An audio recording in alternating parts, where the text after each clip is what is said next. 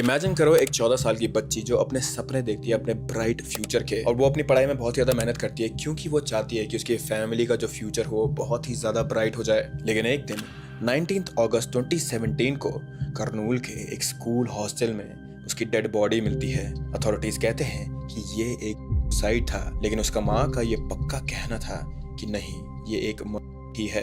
आज हम बात कर रहे हैं सुघाली प्रीति के केस की, एक ऐसा केस जो 7 साल बाद भी इनकम्प्लीट है। And this case is a prime example of caste discrimination, power abuse, और ये एक माँ की फाइटिंग की कहानी भी है जो कि अंतिम सांस तक अपनी बेटी के जस्टिस के लिए लड़ती रहेंगी। और आज हम एक ऐसे केस के बारे में बात कर रहे हैं जिससे हमें यह पता चलेगा कि इंडिया में मार्जिनलाइज्ड कम्युनिटीज को कितनी ज्यादा मुश्किल होती है जस्टिस पाने में। सुघाली प्रीति एक दलित फैमिली से बिलोंग करती थी जो करनूल में लक्ष्मी गार्डन एरिया में रहती थी। उसके पेरेंट्स थे राजू नायक और पार्वती। राजू नायक डेली वेज लेबरर थे और पार्वती उसकी मॉम फिजिकली डिसेबल्ड थी, इसीलिए वो घर के काम करा करती थी। But despite their physical and economic challenges, ये फैमिली सभी फैमिलीज की तरह अपनी बेटी के लिए, अपने बच्चों के लिए बहुत ज्यादा ब्राइट फ्यूचर देखा करते थे। यहाँ ये समझना बहुत ज्यादा इंपॉर्टेंट है कि इंडिया में स्पेशली रूरल एरियाज में दलित फैमिलीज के लिए एजुकेशन एक एस्केप राउट है पॉवर्टी से। एंड प्रीति के पेरेंट्स का भी ये सपना था कि उनकी बेटी पढ़ लिख के कुछ बने और उनकी फैमिली के फाइनेंशियल सिचुएशन को थोड़ा इंप्रूव करे। ये टिपिकल मिडिल क्लास फैमिलीज के एस्पिरेशन होते हैं। आई एम प्रीटी श्योर कि अगर तुम लोग भी मिडिल क्लास फैमिली से हो तो तुम्हारे पेरेंट्स भी तुमसे यही उम्मीदें रखते होंगे।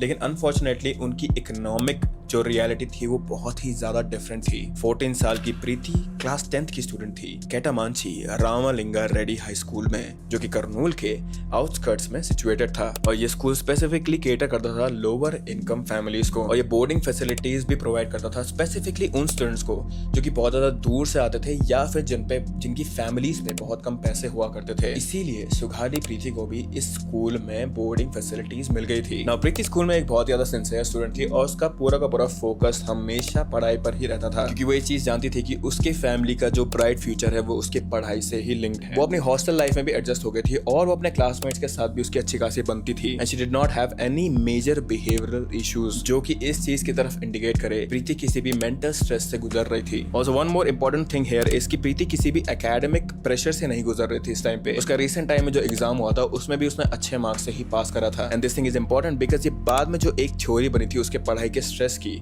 उस चीज को बहुत ज्यादा क्वेश्चनेबल बना देता है। कैटामांची रामलिंगा रेड्डी इंस्टीट्यूशन जो एक प्रोमिनेंट एजुकेशनिस्ट और सोशल रिफॉर्मर थे, आयरॉनिकली इस केस में सेंटर स्टेज पर आ गए थे जहां एजुकेशन सिस्टम की फेलियर्स एक्सपोज हुई थी। और जो स्टूडेंट यहाँ पे रहते थे उनका ये कहना था कि यहाँ पे हॉस्टल में बहुत ही ज्यादा बेसिक फैसिलिटीज दी जाती थी, सुपरविजन यहाँ पे बहुत ही ज्यादा लिमिटेड था specially night time, and security measures यहाँ पे एडिकेट नहीं थे पर्टिकुलरली फीमेल स्टूडेंट्स के लिए। एंड ये फैक्टर्स भी बाद में लेटर ऑन इन्वेस्टिगेशन में बहुत ज्यादा हाईलाइट में आने वाले हैं। 19 अगस्त 2017 ये डेट पार्वती के लिए नाइटमेयर बन गया था। नॉर्मल डे स्टार्ट हुआ था इन सभी लोगों का हॉस्टल में। स्टूडेंट्स अपने रूटीन से एक्टिविटीज में बिजी थे। प्रीति भी नॉर्मल ही लग रही थी उस दिन और वह अपने नॉर्मल डे रूटीन को फॉलो कर रही थी। बट इवनिंग तक सिचुएशन कंप्लीटली चेंज हो गई थी। अराउंड 11 AM हॉस्टल स्टाफ को प्रीति की बॉडी मिली जो कि अपने रूम में ही थी। Allegedly she was hanging from the ceiling fan। And जैसे ही उन लोगों को ये चीज पता चली तो इमीडिएटली स्टूडेंट अथॉरिटीज ने पुलिस वालों को इन्फॉर्म कर दिया था। और यहाँ पे ऑफिशियली एक ऐसा नैरेटिव सेट हुआ था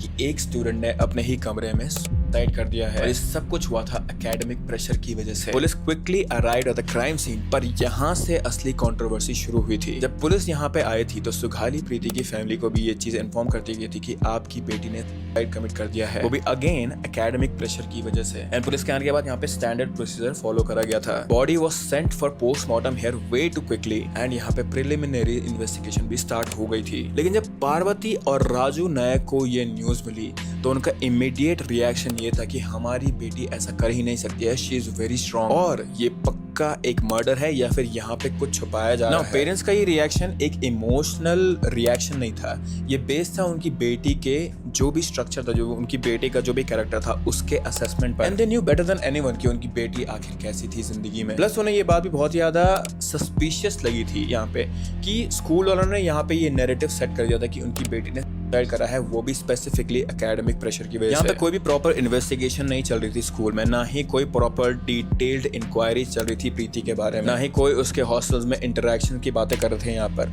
ना ही उसके किसी ट्रिगर के बारे में बातें कर रहे थे यहाँ पे स्कूल वाले, और उन्होंने सीधा का सीधा ये चीज स्टेटमेंट की तरह बोल दी थी बस। पार्वती अपनी बेटी को जानती थी इंटीमेटली, 14 साल की बच्ची जो अपनी फैमिली के लिए ड्रीम्स देख रही थी, जो पढ़ाई में फोकस थी, who was looking forward for better future, उसका सडनली कर लेना लॉजिकल नहीं लग रहा था उन्हें और उनकी मदर को भी। प्रीति रिस्पॉन्सिबल बच्ची थी, फैमिली ओरिएंटेड थी और रिसेंटली कोई मेजर सेटबैक्स भी नहीं आए थे उसकी लाइफ में, तो आखिर वो ऐसा कदम क्यों उठाएगी।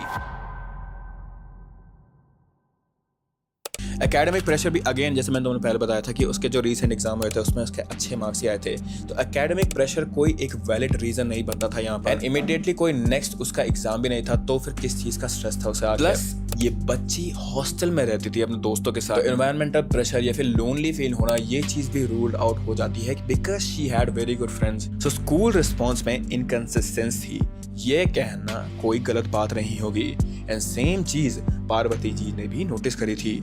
उनका कहना था कि पहले स्कूल अथॉरिटीज ने कॉल किया था कि बच्ची अनवेल है, जल्दी आओ, बट जब पेरेंट्स वहां पहुंचे तब पता चला कि वो ऑलरेडी डेड थी, और ये टाइमिंग सुगाली के पेरेंट्स को काफी ज्यादा सस्पिशियस लग रही थी। एंड पार्वती का कहना था पोस्टमार्टम के लिए बॉडी को क्विकली मूव कर दिया गया था, सीन प्रॉपरली प्रिजर्व नहीं किया गया था, और हॉस्टल स्टूडेंट्स को इमीडिएटली घर भेज दिया गया था ताकि प्रॉपर विटनेस स्टेटमेंट्स ना लिए जा सकें, which is again true in this case, क्योंकि स्टूडेंट्स को बहुत ज्यादा जल्दी हॉस्टल से घर भेज दिया गया था। एंड जैसे कि मैंने कहा कि she had very good friends, लेकिन किसी भी दोस्त की कोई भी प्रॉपर स्टेटमेंट नहीं ली गई थी इस केस में। तो अगर तुम लोग भी इस चीज को देखोगे and you just here this thing and think about this thing, तो ये बहुत ज्यादा प्रॉपर ऐसा लग रहा है कि कवर अप करने की कोशिश करी जा रही थी यहाँ पर। एंड सेम चीज पार्वती जी को भी लगी थी इस केस में। पार्वती का क्लियर और सीरियस एलिगेशन था कि उसकी बेटी का हुआ है, और फिर किया गया है to cover this crime up. या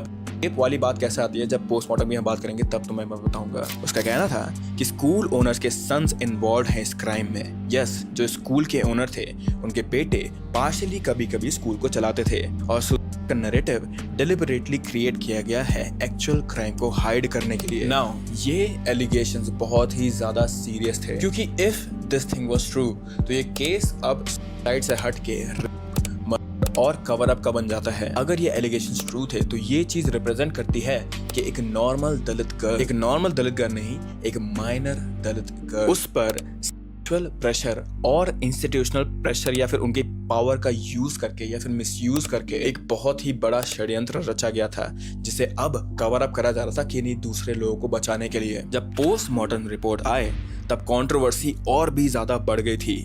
according to some sources postmortem में सीमेन फाउंड हुआ था, जो का इंडिकेशन दे रहा था यहाँ पर, बट ऑफिशियल पुलिस रिपोर्ट्स में ये डिटेल्स प्रॉपर्ली हाईलाइट नहीं किए गए थे और सुसाइड थ्योरी को अभी भी प्रायोरिटी दी गई थी। फैमिली लॉयर्स का कहना था कि एविडेंस प्रॉपर्ली कलेक्ट नहीं किए गए थे सीन में, एंड प्रिजर्वेशन अगेन एडिक्वेट नहीं था, और की एविडेंसेस डिलिबरेटली सप्रेस किए गए हैं यहाँ पर।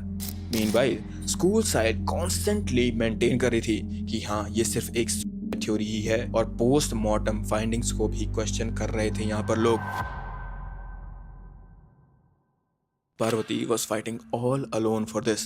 Imagine एक disabled woman जो कि literally व्हील चेयर पर बैठकर प्रोटेस्ट कर रही थी, इकोनॉमिकली वीक बैकग्राउंड से है, fighting against influential school owners और एंटायर सिस्टम, बट पार्वती ने हार नहीं मानी। डिस्पाइट हर फिजिकल चैलेंजेस, फाइनेंशियल कंस्ट्रेंट्स और सोशल प्रेशर, वो कॉन्स्टेंटली कोर्ट में जाती रही, मीडिया अटेंशन सीख करती रही और प्रोटेस्ट ऑर्गेनाइज करती रही, and all of this was paying off, क्योंकि ग्रेजुअली ये केस मीडिया के सामने भी आ गया था। ह्यूमन राइट एक्टिविस्ट भी इस केस में इन्वॉल्व होने लगे थे, Dalit community leaders support provide करने लगे थे इन्हें। सोशल मीडिया पर कैंपेन स्टार्ट हुए with hashtag justice for Sugali Preethi, जो कि स्लोली वायरल होने लगे थे। बट मीडिया अटेंशन के बावजूद भी इस केस में कॉन्क्रीट जो प्रोग्रेशन था वो बहुत ही ज्यादा स्लो था। And a lot of people still believe this thing कि इस केस में बहुत ज्यादा इन्फ्लुएंशियल लोग इन्वॉल्व है जो कि इस केस को बहुत ज्यादा सप्रेस करने की कोशिश कर रहे हैं। एंड लीगल सिस्टम में डिलेज और जो भी कॉम्प्लिकेशंस इस केस में आ रहे हैं वो काइंड ऑफ प्रूव करते हैं इस चीज को। When Y S. Jaganmohan Reddy became CM of Andhra Pradesh in 2019, his government took notice of this case. Political pressure और sustained public outcry के रिस्पॉन्स में फरवरी 2020 में गवर्नमेंट ने CBI प्रोब किया था इस केस के लिए। ये मेजर डेवलपमेंट था क्योंकि लोकल पुलिस इन्वेस्टिगेशन में ट्रस्ट कंप्लीटली इरोड हो गया था पब्लिक का। एंड CBI इन्वॉल्वमेंट में इस केस को एक फ्रेश पर्सपेक्टिव मिला था। सेंट्रल एजेंसी आगे इस केस में और भी ज्यादा इन्वेस्टिगेशन करेंगी एंड होपफुली इस केस में एक प्रॉपर इन्वेस्टिगेशन होगी without local authorities involve. Local authorities से मेरा कहने का मतलब है कि local influential people and local political people involve in this case. And सिर्फ इतनी ही खबर ही उनकी फैमिली के लिए एक बहुत बड़ी रे ऑफ होप है। रिसेंटली केस फिर से हाईलाइट हुआ था व्हेन पार्वती उन्होंने current deputy CM Pawan Kalyan को अपील की। इंटरेस्टिंग पार्ट ये है कि Pawan Kalyan earlier when he was in opposition वो केस को एक्टिवली सपोर्ट कर रहे थे और जस्टिस के लिए वॉइस रेज कर रहे थे। But now when he is in power as deputy CM family को लगता है कि एटिकेट एक्शन नहीं लिए जा रहे हैं यहाँ पे अगेन। दिस शोज कि पॉलिटिकल डायनेमिक्स चेंज हो जाती हैं पावर पोजीशन के साथ। रियल क्वेश्चन ये है कि क्या एक्चुअल जस्टिस मिलेगी या फिर ये भी पॉलिटिकल रेट्रोइक बन के रह जाएगा एक। बट विद दैट ये केस अभी यहीं पे हॉल्ट पे है guys and I hope that you guys are happy and healthy.